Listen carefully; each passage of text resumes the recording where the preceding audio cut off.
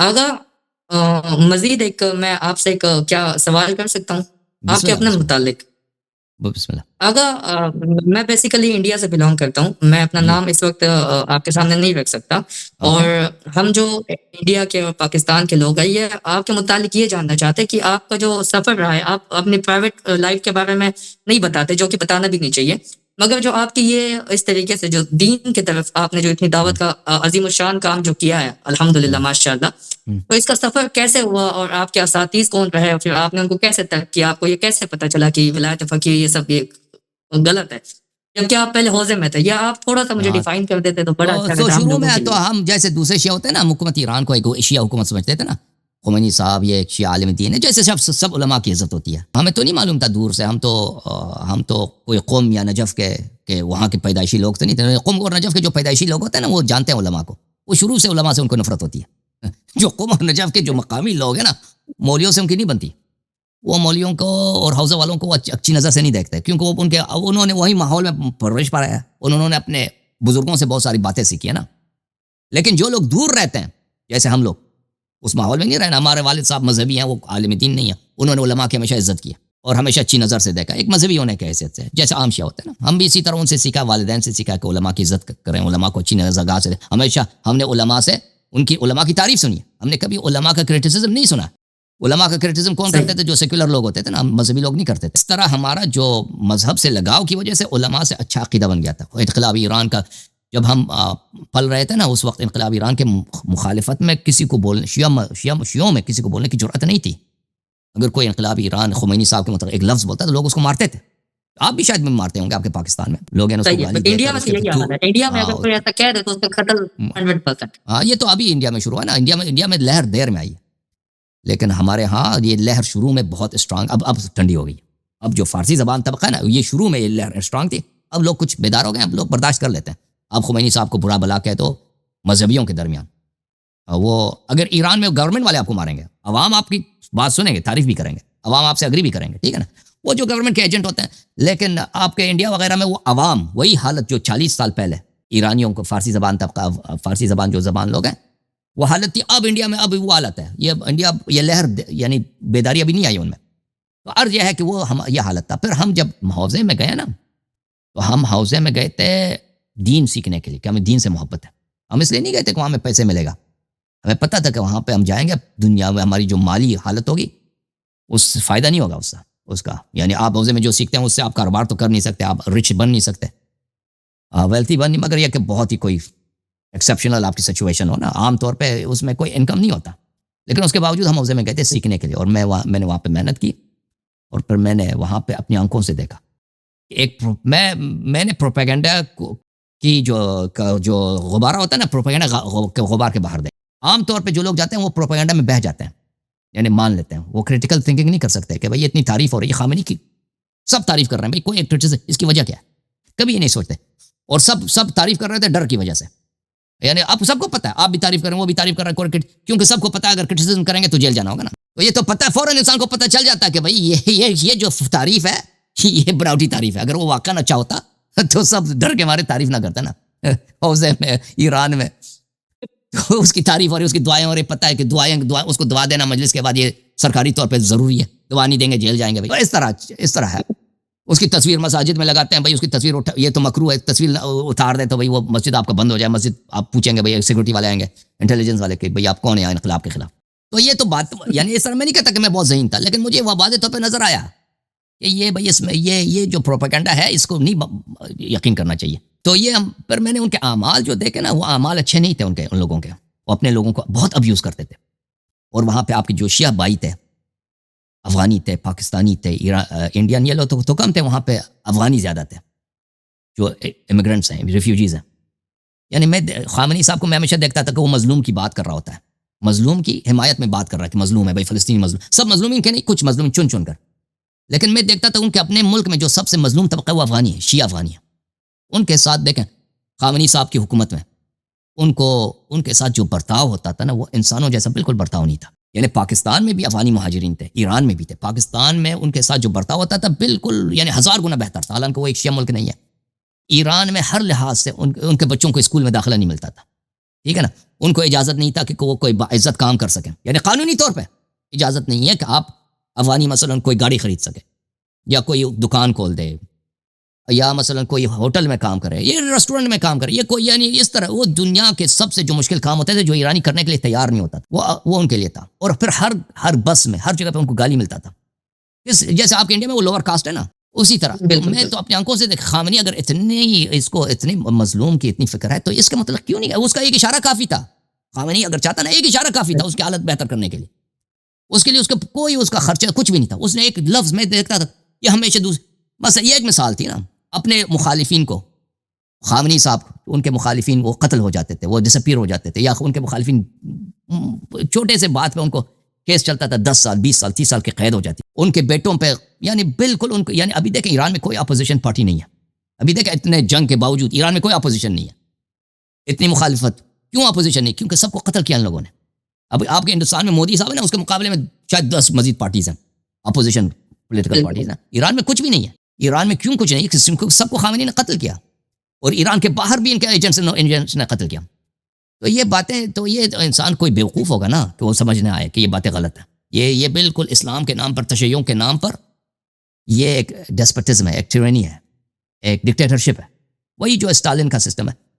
اور میں نے خود اپنے وہ ایک پرانے زمانے میں وہ ایک ہوتا تھا نا, نارتھ کوریا کا ڈکٹیٹر جو ان کا فاؤنڈر تھا, کم il سنگ.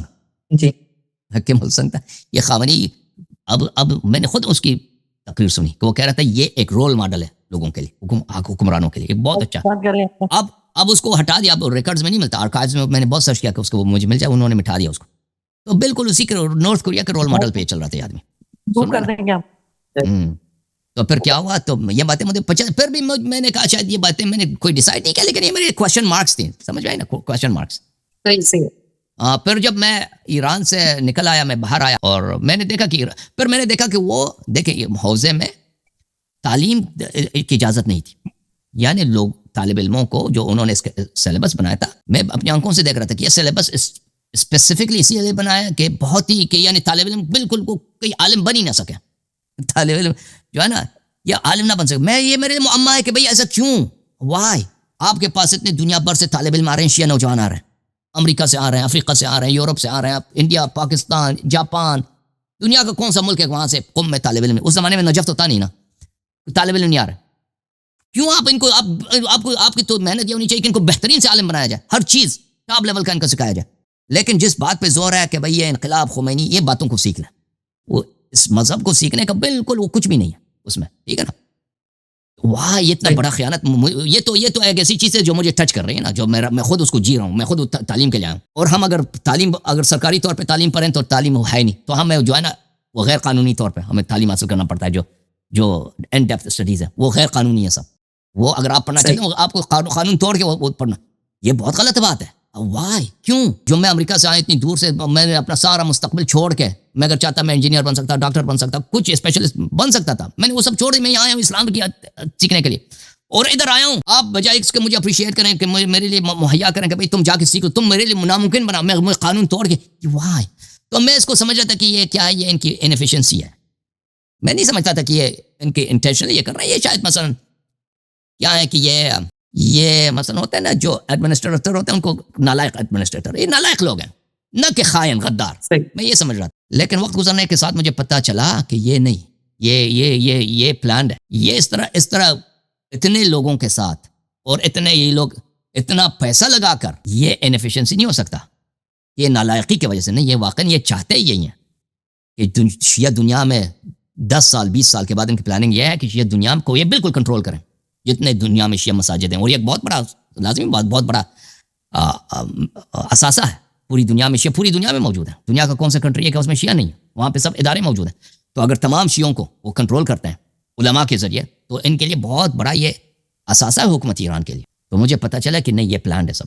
یہ واقعی یہ چاہتے ہیں کہ شیعہ لوگ ان کا مذہب جائے, لیکن یہ ان پہ ہمارا قبضہ کنٹرول مضبوط ہو, ٹھیک ہے نا. اور یہ بات میں کسی سے وہاں پہ کہہ نہیں سکتا تھا. یہ باتیں ہمیں پتہ ہوتا تھا ان باتوں کا, اگر وہاں پہ ہم کہہ دیں نا تو پھر فوراً وہ آپ کو یا آپ قتل ہو جائیں گے یا جیل چلے جائیں گے. تو یہ بہت ہی خطرناک گورنمنٹ ہے ایران کی حکومت. تو پھر جب ہم ایران سے باہر آئے تو پھر میں نے جب یہاں پہ امریکہ میں میں نے یہاں پہ میں نے ٹی وی چینل تھا. تو وہاں پر میں نے وہاں پہ ٹائم سلاٹ جو ہے, اس زمانے میں انٹرنیٹ اتنا نہیں تھا, لوگ زیادہ تر ٹی وی دیکھتے تھے اس زمانے میں. تو میں نے اس میں ویکلی ٹائم خریدا. ویکلی ٹائم وہ دیتے تھے لوگ, اگر آپ اس میں جو مرضی پروگرام کرو, تم 1 گھنٹہ آپ کا, اتنا پیسے ہمیں دے دو. تو میں نے اپنے پیسوں سے وہاں پہ ٹائم لے لیا, وہاں پہ پروگرام کرنا شروع کر دیا. تو میں تو ادھر میں نے گیا تھا پروگرام کرنے کے لیے, ایسے مثلا کوئی شیعوں کے لیے اخلاق وغیرہ, دین, اہل بیت علیہ السلام کی باتیں. تو وہاں پہ جب میں گیا ہوں تو لوگوں نے دیکھا کہ بھئی یہ وہاں پہ, کیونکہ ہر جگہ اہل سنت کی اکثریت ہے نا, وہابیوں کی, یہ مخالفین کی. انہوں نے دیکھا کہ شیعہ آیا ہوا ہے, اہل بیت کی بات کر رہا ہے, تو فوراً آ گئے کہ بھئی آپ صحابہ کو نہیں مانتے. ٹھیک ہے, وہ اعتراضات آ گئے. تو انہوں نے مجھے مجبور کیا کہ بھئی میں ان کے سوالات کے جواب دے دوں نا. تو میں مجبوراً اس وادی میں چلا گیا. تو پھر وہ شو جو ہے وہ ہٹ ہو گیا, سمجھ میں آئی نا. وہ شو, اس شو کو اتنا ہٹ نہیں ہوتا. وہ کیوں ہٹ ہو گیا, وہ میری پلاننگ نہیں تھی, یہ خود جماعت عمریہ کی اپنی غلطی ہے. انہوں نے فوراً بھئی ان کے مولوی, ان کے سب لوگ ہیں, بھئی دیکھو یہ شیعہ مشرک ہیں. وہ یہ سمجھتے تھے کہ بھئی اس کا مذاق اڑائیں گے, یہ کچھ نہیں بول سکے گا نا جواب میں. تو انہوں نے جو ہی سوال کیا اس کا جواب, کیونکہ اس میں وہ کالن سیکشن بھی تھا نا اس شو میں, کال بھی لیتے تھے لو. تو اس میں یہ ہوا کہ وہ فوراً وہ وائرل تو نہیں کہہ سکتے, انٹرنیٹ تو نہیں تھا, وہ ہٹ ہو گیا. بھائی جب ہٹ ہو گیا تو پھر جماعت عمریہ نے کیا کیا, انہوں نے کہا اس کا شو کینسل کرا دو بھائی, کیونکہ ہم سے جواب تو بنتی نہیں. تو انہوں نے شو کینسل کرا دیا, شو ہی کینسل کرا دی. ہاں, جب شو کینسل ہو گیا تو پھر میں مایوس ہو گیا, کیونکہ وہ اتنا تو ہے نہیں. پھر میں جو ہے پھر میں جب ادھر اسٹوڈیو جاتا تھا نا, تو میں نے اسٹوڈیو کا سیٹ اپ دیکھا تھا, اسٹوڈیو کا سیٹ اپ کیسا ہے. تو پھر کچھ مہینے کے بعد میرے ذہن میں یہ پتہ ہے, اب میں بھول گیا ہوں کہ یہ کیسا میرے ذہن میں خیال آیا. پہلے مجھے یاد تھا کہ میں اپنا چینل کیوں نہیں بناتا. بھائی گولی مارے ان کو, ہم اس کا ٹائم سلاٹ خریدتے ہیں, ہم اپنا بناتے ہیں نا. کچھ مہینے تک تو میں نہیں گیا, شو ختم ہو گیا, شیعہ بڑے ناراض ہو گئے بیچارے شیعہ وہ. تو پھر مجھے یہ اندازہ ہوا کہ میں اپنا, اب مجھے نہیں یاد کہ کس نے مجھے بولا, یا مجھے خود یہ ذہن میں آیا. تو بہرحال اللہ رحمت کرے ہمارے والدہ کو, ان سے میں نے کچھ پیسے لیے, انہوں نے مجھے پیسے دیے. تو میں نے اپنا اسٹوڈیو بنا دیا اپنے گھر میں. ہمارا جو مکان تھا وہ کافی بڑا تھا, اس میں ایک گراج تھا, پارکنگ اسپیس بڑا تھا. تو اس کو میں نے کنورٹ کیا وہ اسٹوڈیو کے لیے. ہاں, اور اس میں میں نے گیا سیٹلائٹ کمپنیز کے ساتھ, ٹی وی کے, ان کے ساتھ میں نے کانٹریکٹ دیا, ان کو پیسے دیا کہ وہ سامان بھی میں نے خریدا نا, وہ اس کو مجھے بنانا بھی اتنا نہیں آتا تھا اسٹوڈیو. وہ بہت ہی اور ریسرچ کر کے کہ اسٹوڈیو بنتا کیسا ہے. اسٹوڈیو اب تو آسان ہو گیا نا, انٹرنیٹ میں سب لوگ بتاتے ہیں, اس زمانے میں نہیں تھا یہ ٹیکنیکل باتیں, کوئی آپ کو سکھاتا نہیں تھا اس زمانے میں. تو یہ اپنے بہت مشکل سے ریسرچ کر کے میں نے اسٹوڈیو بنا دیا. پھر وہاں پہ میں نے وہ سیٹلائٹ کمپنیز کے ساتھ, وہاں پہ سیٹلائٹ ٹی وی لوگ دیکھتے تھے اس زمانے میں, سیٹلائٹ ڈش لگا کے, ٹھیک ہے نا. وہ میں نے سیٹلائٹ ڈش لگا دی. وہ صرف اس زمانے میں امریکہ اور کینیڈا میں یہاں پہ نشر ہوتا تھا. پھر وہ شو آہستہ آہستہ کافی مقبول ہو گیا. اب شروع میں لوگوں کو تو پتہ نہیں تھا, پھر لوگوں نے دیکھنا شروع کیا. پھر وہی لوگ جو نا جماعت عمریہ, پھر میں وہاں پہ گیا نا, پھر میں نے جماعت عمریہ کا پیچھے چھوڑ دیا. بھائی پھر میں صرف اہل بیت علیہ السلام کی باتیں کرنے لگا نا. اہل بیت علیہ السلام کون ہے, یا کچھ اخلاقی باتیں کہ مسلمانوں نماز پڑھو, مسلمانوں روزے رکھو, یا والدین کی نیکی کرو, اتنا ثواب ہے. یہ بات وہ سامنے سے وہ جماعت عمریہ چھوڑ دینی ہے. میں کہتا ہوں کہ بھائی والدین سے نیکی کرو, وہ سامنے سے کال کرتے ہیں کہ بھائی تم فدق جھوٹ ہے تمہارا یہ, یا مثلا تم مشرک ہو, یہ ان کے علماء فون کرتے ہیں نا. اس زمانے میں یہ تھا.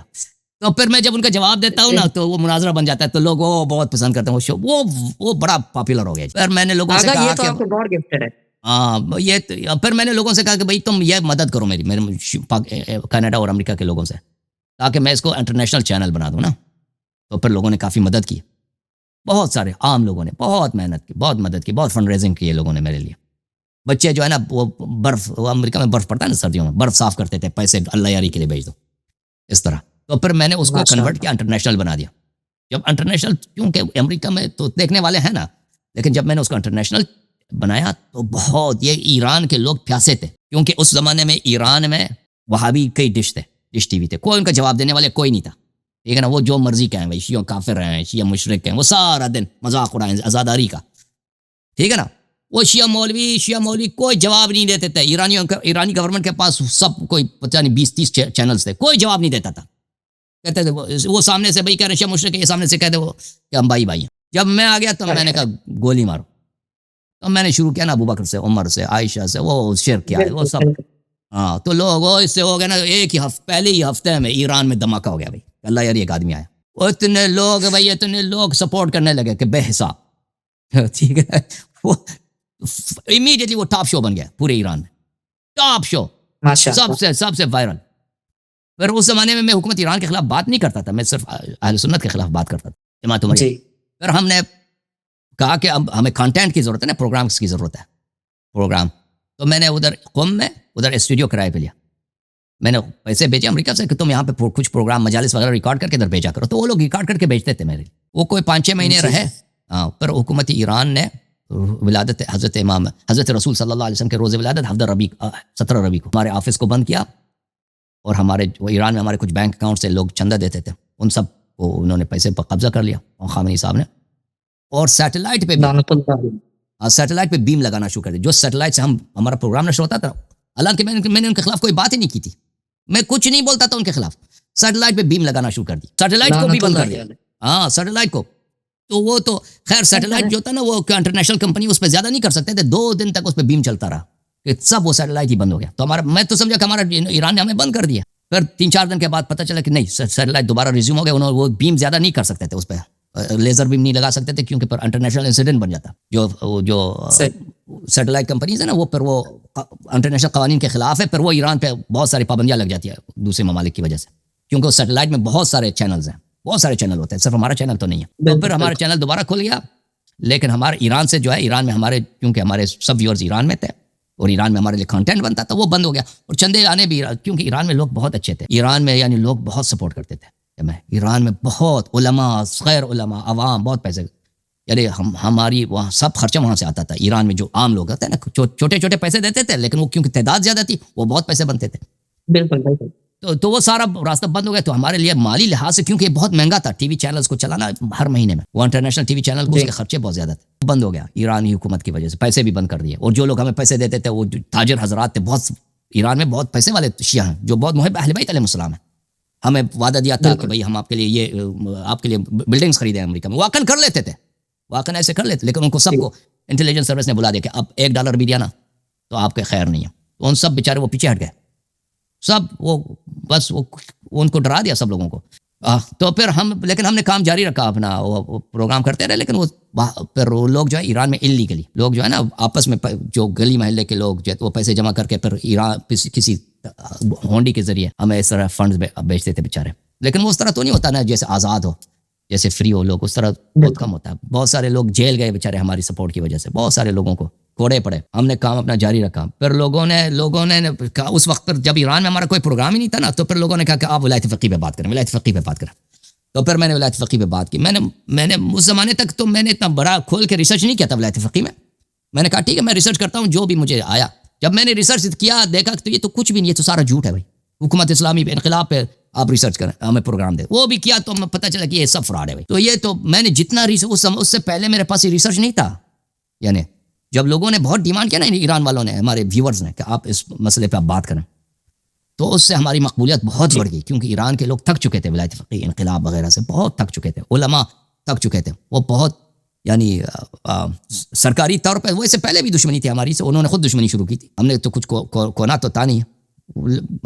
ہم نے جب یہ ریسرچ کی تو لوگوں کو بہت الحمدللہ, جو مذہبی لوگ تھے نا, کہ مذہب کے نام پہ ایران میں ظلم ہو رہا تھا اور لوگ ایتھیسٹ بن رہے تھے, دین سے باہر, ان کو مل گیا بھائی, ایک سہارا مل گیا کہ بھائی یہ جو مذہب کے نام پہ ظلم ہو رہا ہے, یہ واقعا مذہب نہیں ہے, یہ مذہب کے نام پہ ہو رہا ہے. خامنئی صاحب, یہ لوگوں کا مذہب سے کوئی تعلق نہیں, یہ مذہب کا مس یوز کر رہے ہیں, یہ لوگوں کو اندازہ ہو گیا. اور پھر لوگوں نے اس کے بعد ہمیں بہت ڈیمانڈ آئی کہ آپ عربی میں پروگرام شروع کریں نا. تو پھر میں نے چینل کھول دیا عربی زبان میں, تو فارسی بھی چلتا رہا, اس کے ساتھ عربی زبان میں تو جو چینل وہ فارسی سے 10 گنا زیادہ پاپولر ہو گیا. کیونکہ عربی زبان میں کوئی تھا ہی نہیں جی. ہم سے پہلے شیخ یاسر حبیب تھے, وہ عربی زبان میں ان کا چینل تھا, لیکن ان کا چینل محدود تھا, وہ مناظرے نہیں کرتے تھے. وہ بیچارے مناظرے نہیں کرتے تھے, وہ بس کبھی سوال جواب کرتے تھے, اور وہ جو ہے ان کی ویورز بہت کم تھے. جب میں نے چینل کھولا تو ایک دھماکہ ہو گیا, عراق والے تو سب سجدہ کرنے لگے بہت عراق میں. پھر فارسی چینل ہماری ایکٹیویٹی, مجھے ٹائم نہیں ملتا تھا اس میں پروگرام کرنے کے.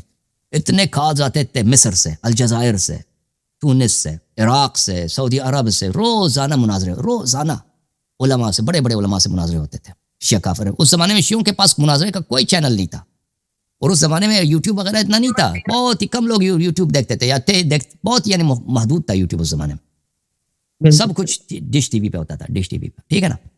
تو یہ چلتا گیا ہمارا. پھر جو ہے یہ جب داعش آیا نا, داعش عراق میں آیا. جی ہاں تو اس زمانے میں ہم نے جو ہے اس زمانے میں ہم نے یہ باتیں بند کر دی بھائی کہ اب جو ہے نا اہل سنت کے خلاف وغیرہ بند کر دی باتیں. اور پھر جو ہمارے آفیسز تھے عراق میں، یہ کربلا میں ہمارے آفس تھے، نجف اشرف میں ہمارے آفیسز تھے، وہاں پہ لوگ آ کے چندے دیتے تھے. تو سیستانی صاحب نے وہ ہمارے آفیسز بند کرا دیے یہ حکومت ایران کے اشارے کی وجہ سے. حالانکہ ہمارا سیستانی صاحب نے تو شروع دن ہی سے ہم سے لڑنا شروع کر دیا. جو ہے ہم نے پروگرام شروع کیا نا، ہم مرجعیت کے خلاف ایک لفظ بھی نہیں بولتے تھے بھائی. ہم اہل سنت کے یہ خود دفاع نہیں کرتے تھے مذہب کے، یہ بالکل بالکل دفاع نہیں کرتے تھے، ہم دفاع کرتے تھے بھائی. لوگ سیستانی کے پاس آتے تھے، ہم عراق کے لوگ بڑے سادے لوگ ہیں کہ ہم اس چینل کے متعلق آپ کیا کہتے ہیں؟ وہ کہتے ہیں نہیں یہ چینل صحیح نہیں. حالانکہ ہم ان کا بڑے عزت احترام کرتے تھے. بھائی ہم نے انہوں نے ہمارے آفیسز بند کرا دیے. پھر ہم نے دیکھا کہ بھائی میں نے کہا کہ میں ان کے خلاف بات نہیں کروں گا مرجعیت، کیونکہ ہم سمجھتے تھے مرجعیت صحیح چیز ہے. ہم نے کبھی ریسرچ کیا، ہم نے ہمیشہ ہی سنا تھا کہ مرجعیت صحیح ہے، ٹھیک ہے نا، تقلید کرنی چاہیے. پھر جب ہم نے یہ دیکھا کہ بھائی یہ ہو رہا ہے تو میں نے دیکھا یہ مرجعیت کو ہم چیک تو کریں یہ ہے کیا چیز، یہ جو تقلید کراتے ہیں یہ ذرا ہے صحیح ہے کہ غلط ہے بھائی. یہ کیونکہ ہمیں کام اس کے تو بہت غلط نظر آ رہا ہے نا کہ یہ سیستانی صاحب ایسا کیوں کر رہے ہیں. ہم نے اللہ جانتا ہم نے سیستانی صاحب کے لیے مراجع کے اتنے میں نے لوگ بھیجے، کیونکہ میں خود تو جا نہیں سکتا تھا اترنا. میں نے معتمد علماء سے کہا جزر جا کے بات کرو بھائی کہ یہ ایسا کیوں کر رہے ہیں بھائی، کیوں لڑ رہے ہیں مجھ سے. میں تو ان کے خلاف ایک لفظ نہیں بولتا، تم کیوں مجھ سے لڑتے ہو؟ آخر میرا تم سے کوئی لڑائی نہیں ہے، میں وہ کام کرتا ہوں تو جو آپ لوگوں کو کرنا چاہیے نا. اگر کوئی اعتراض ہے تو پیار سے سمجھا دو.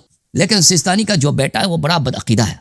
سیستانی کا جو بیٹا ہے وہ بالکل وہابی ٹائپ ہے، وہ ان باتوں کو پسند نہیں کرتا، وہ بالکل اس کا سوچ خامنی جیسا. اس کا جو داماد ایران میں وہ بڑا اچھا آدمی ہے، بڑا شاعر، وہ تو ہمیشہ میں پیسے بھیجتا تھا. وہ جب میں خامنی کو سیستانی کو گالی بھی دیتا تھا نا گالی تو ہم نے نہیں دیا، میں نے سیستانی کے نقد کیا، اس زمانے میں بھی وہ میں پیسے دیتا تھا. یہ بڑی عجیب چیز ہے. سیستانی کا جو دربار ہے نا اس میں حساب کتاب بالکل گڑبڑ ہے. تو بہرحال پھر میں نے جب مرجعیت کا وہ کھول دیا نا کہا وہ تو پتہ چلے کہ سراسر جھوٹ ہے. پھر ان لوگوں نے مناظرات کیے، سب مناظرات ہار گئے. پھر جو ہے انہوں نے جب ہمارے آفیسز عراق میں بند کرا دیے تو اس کا خرچہ بہت زیادہ تھا اس زمانے میں. اس میں ہر مہینے میں $1.5 لاکھ کا خرچہ ہوتا تھا. پھر میں نے خرچے دے نہیں سکا. پھر ہمارے یہاں پہ یہ ہوا تھا کہ جو ہمارا اسٹوڈیو ہے نا امریکہ میں، کیونکہ ہم نے غیر قانونی بنایا تھا گراج میں اس کو بند کرا دیا. سٹی نے بند کرا دیا، کہہ دیا بھائی آپ کے پاس یہ گراج آپ کنورٹ نہیں کر سکتے، گراج جو ہے گاڑی پارکنگ کے لیے. جب وہ بند کرا دیا پھر عراق میں بھی ہمارے آفس، یہ سب اکٹھے ایک ہی ساتھ ہوا یہ سب باتیں. عراق میں بھی ہمارے آفس بند ہو گئے اور پھر یہاں پہ جو ہے تو پھر وہ چینل میں نے آہستہ آہستہ بند کر دیا، ٹی وی چینلز جو بند کر دیا. پھر میں کچھ سالوں کے لیے یہاں پہ مجھے یہاں پہ گھر میں کچھ کام تھے، میں گھر میں مصروف ہو گیا، کچھ ذاتی پروگرام میں کم کرنے لگا. پروگرامز تو تھے مثلا ٹی وی چینل تھے لیکن ٹی وی چینلز کم تھے، پروگرام میں کم کرنے لگا کچھ سالوں تک. پھر آخر میں نے بالکل ٹی وی چینلز بند کر دیے. پھر میں انٹرنیٹ پہ آ گیا، یوٹیوب وغیرہ پہ. اب کچھ سال میں یوٹیوب پہ ہوں، اس سے پہلے تو ہم صرف ٹی وی چینلز پہ تھے نا، یوٹیوب پہ تو کوئی نہیں. تو ہمیشہ وہ یہ ہماری کہانی ہے، یہ ہمارا قصہ. آغا میں کمنٹ کروں؟ جی سر. آپ کا یہ جو سفر رہا ہے آغا، یہ کافی مظلومانہ رہا ہے، بہت زیادہ مظلوم رہے ہو اس سفر کے اندر. اور آپ کو لوگوں نے اکثر اس کے اندر تنہا چھوڑا ہے کچھ لوگوں نے، مگر بہت سے لوگوں نے آپ کو سپورٹ بھی کیا ہے. جہاں تنہا چھوڑا ہے اکثر لوگوں نے سپورٹ بھی کیا ہے. مگر آپ کا یہ جو سفر ہے یہ بہت مظلومانہ رہا ہے. اور جن لوگوں نے بھی آپ کو تکلیفیں دی ہے اس سفر میں، اہل بیت علیہ الصلوۃ والسلام کی خدمت کرتے، آپ جو خدمت کر رہے تھے اہل بیت علیہ الصلوۃ والسلام کی، اور جن لوگوں نے آپ کو تکلیف دی ہے خدا ان کے اوپر لعنت کرے. خامنئی، سیستانی اور ان جیسے جو گل پیغانی اور ان جیسے جو مرجع ہے جو اس پاک مشن کے مخالف رہے ہمیشہ سے اور آج بھی ہے، تو خدا ان کو غارت کرے، ان کے اوپر اللہ کی لعنت ہو. اور آپ کو آپ کے پاک عمل کا بی بی سیدہ سلام اللہ علیہا اجر دے انشاءاللہ تبارک و تعالی. میں آپ کو بتاتا ہوں، میں نے آیت اللہ وحید خراسانی صاحب کے پاس کوئی آدمی کو بھیجا. میں نے کہا آپ سیستانی صاحب سے رابطہ کریں، آپ کہہ دیں کہ آپ کیوں، جو شیعہ دنیا کا نمبر 1 ٹی وی چینل ہے، آپ اس سے کیوں مخالفت کر رہے ہیں؟ آپ وجہ تو یہ آپ چھوڑیں، اس کا کوئی فائدہ نہیں. اللہ کی قسم سے وحید خراسانی کا کوئی فائدہ نہیں سنیں.